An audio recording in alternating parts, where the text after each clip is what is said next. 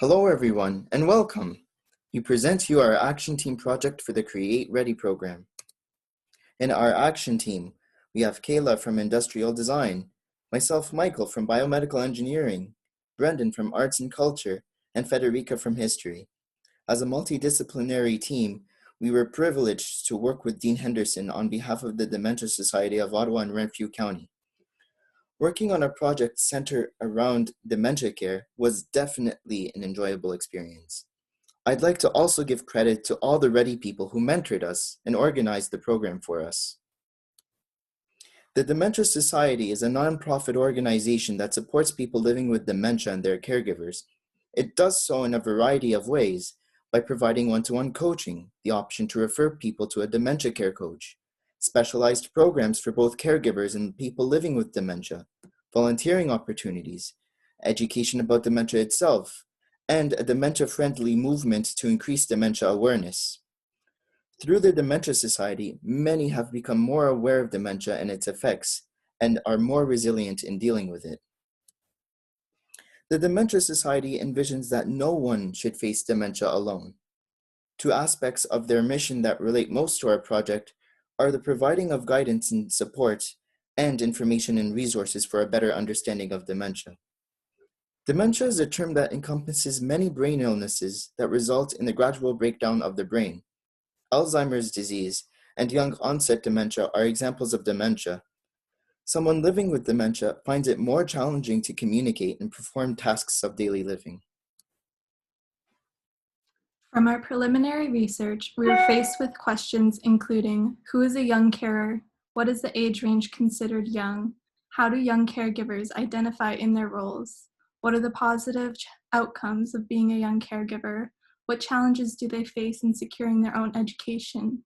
What are the financial costs? And what recommendations have been made to improve conditions for young caregivers, and what organizations and initiatives are pushing the conversation forward? Young caregivers are characterized as a person who cares for an individual, in this case living with dementia, falling within 18 to 35 years of age. As Cavanaugh and colleagues noted, the self-identification of young caregivers is often the pitfall of research in this area.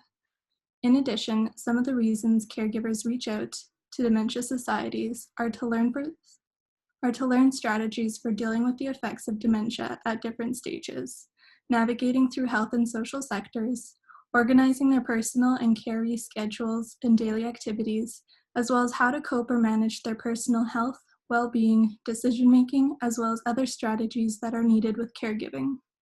For these reasons, we felt it was important to focus on exploring what caregivers truly need to cope and manage their lives, along with the individuals they care for. Currently, young caregivers can access support and other resources through the Dementia Society of Ottawa's webpage, which offers information on dementia, self-care, education through social media, peer support programs, caregiver coaching, and much, much more. With this information in mind, it led our team to discuss what is preventing young caregivers from engaging with these resources and what is hindering their awareness and access to these tools and support resources. With this in mind, our team and members of the Dementia Society of Ottawa and Renfrew County were able to set up our project goal, which is to explore different support resources for young caregivers of persons living with dementia, while also finding ways to increase the awareness of these resources in the Ottawa area. To accomplish this goal, we set out to complete a range of methods to gain background information about dementia-friendly organizations in Canada, young caregivers, and get real-time feedback from young caregivers to base our recommendations for the Dementia Society of Ottawa and Renfrew County. This was done through a literature review, analysis of organizations, tools, and resources, community partner meetings, and an online survey. Our methodology consisted of secondary literature review and market analysis of existing tools and a survey for young caregivers.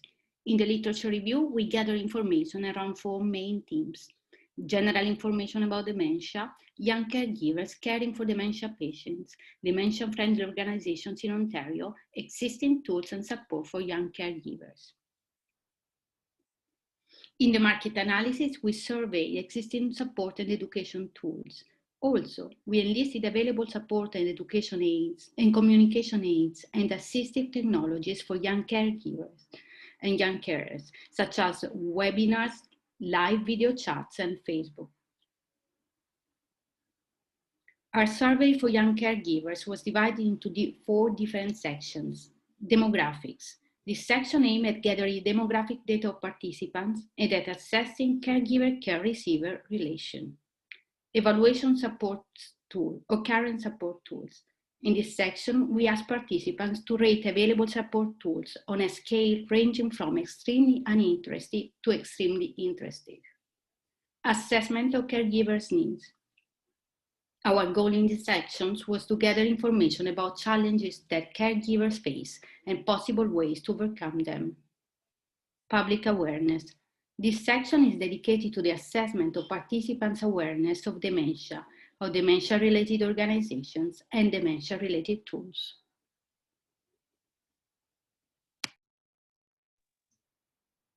Our survey was conducted exclusively online and was active during July and August 2020. The Dementia Society shared the survey through various online networks. The initial goals of the survey were to increase understanding of who identifies as a young caregiver and assess levels of awareness about a variety of dementia-related subjects. The COVID-19 pandemic posed both an opportunity and a challenge to conducting the survey. Being forced to conduct the survey online reinforced the ease with which we could reach out to care networks across Canada. However, it does raise concerns that potential respondents who would not normally be active online could have been excluded from participating. Our survey yielded 21 respondents overall. However, a little under half of the responses were incomplete. It should be noted that participants were encouraged to respond only to the questions that they wanted to answer.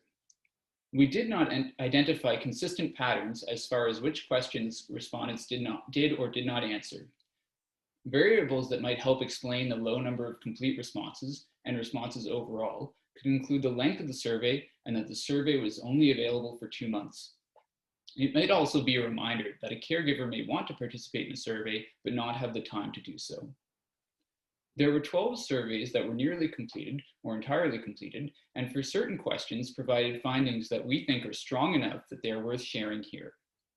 In particular, this is true for 2 demographic data points. For example, out of 18 respondents who identified a gender, only 1 identified as male and 17 identified as female. Another significant finding is the age distribution of respondents, most identifying as 35 years of age and older, while no respondents identified as under the age of 18. Besides demographics, questions about how well educational tools address caregiver mental health and cultural contexts of caregiving also yielded notable response distributions. In both cases, respondents suggested that educational tools could include more mental health and cultural components. These findings are supported by the literature.